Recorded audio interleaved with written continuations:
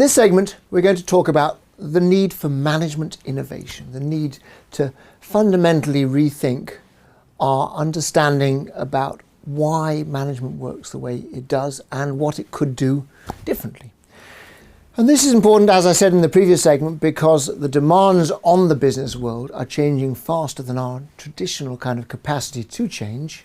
And what we need to do to overcome that is to actually broaden our own concept of what innovation means. So we want to move from a thought that innovation is about new products and services towards a thought that, if you like, innovation is about new ways of working. And if you think about it, that's just an extension of the classical way of thinking about innovation. Innovation is the exploitation of new ideas. It can be a new idea for a widget, it can be a new idea for an iPhone, or it can be a new idea for a budgeting system. There's no reason why we can't innovate the budgeting system in the way that we can also innovate the products and services that we sell. So this segment is going to give you a few thoughts on what management innovation looks like in practice. The first way of doing this, I'm going to give you a historical example, and then I'm going to move to the present day. The historical example is the car industry. Think back over the last 100 years of the evolution of the car industry. And we can see, roughly speaking, 3 generations of leaders. The first generation of leadership was really Ford Motor Company. I mean, they weren't the pioneers of the motor car. I think that was Mercedes, Daimler-Benz. But Ford was the company that first popularized the car. How do they do that? They created a Model T Ford, a car that people could afford. How did they make a car that people could afford? They did it by essentially innovating the assembly line. And if you think about it, really, Ford's biggest innovation was not the Model T itself. It was the assembly line that dramatically reduced the costs of manufacturing cars so that everyday people could afford to buy them. They really democratized the car. Where did Henry Ford come up with the idea for the assembly line? Well, there's an interesting side story there, which I'm not going to go into any detail. Suffice it to say, he got the idea from the slaughterhouse, the abattoir, the disassembly line, if you like, where they were actually killing animals and chopping them up for human consumption. He got the idea from there.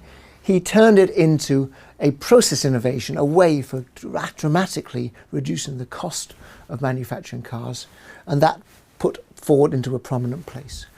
In the 1930s, the big change was that General Motors took over the leadership of the car industry, thanks to a gentleman pictured here, Alfred P. Sloan. He was the chief executive behind General Motors. And really, from that period in the 30s all the way through to the 1970s, even the 1980s, General Motors was the biggest car company in the world. What was Alfred Sloan's innovation? Well, again, it wasn't a specific car. What it was an innovation in the organizational structure of the company. In the academic world, we call this the M form, the multi-divisional form.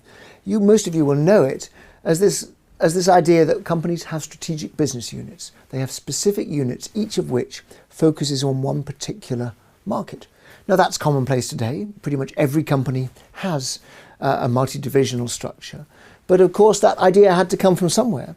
And it basically came from not just Sloan, but Sloan and a couple of other companies in that period in the 30s.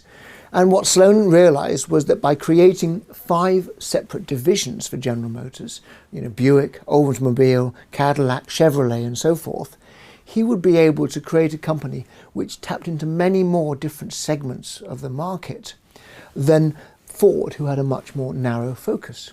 And of course, he kept central control, he kept control of the money, but he decentralized decision-making on individual business areas to his various lieutenants around the company. So Ford's innovation was the assembly line. General Motors' innovation was the multi-divisional structure. Move the clock forward to the present day, or really, I guess, the 1980s is when this started. Toyota became the leader of the car industry in the 1980s. What was Toyota's innovation? It was essentially, and we all know the terminology here, it was essentially the creation of what we nowadays call lean production or just-in-time manufacturing, sometimes even called the Toyota production system. And the idea there, at its heart, was they were trying to build quality into the products that they were selling, and they realized that to do that, you didn't want a separate department off to one side. What you needed was to get the workers on the line to take responsibility for quality. So they didn't just treat their workers on the line as automatons, they treated them as human beings with the ability and the judgment to stop the line, to identify problems, and then to use their training in statistical process control in order to help to figure out how to improve things. So one way of saying it is that Toyota reckoned that they could get a return on investing in the problem-solving skills of their employees. And that was a very different principle to the principle that General Motors and Ford and Volkswagen had used up to that point. So their innovation was in quality management, which was about changing the basis of relationship between the line workers and the managers. So there you have it, one industry, 3 eras.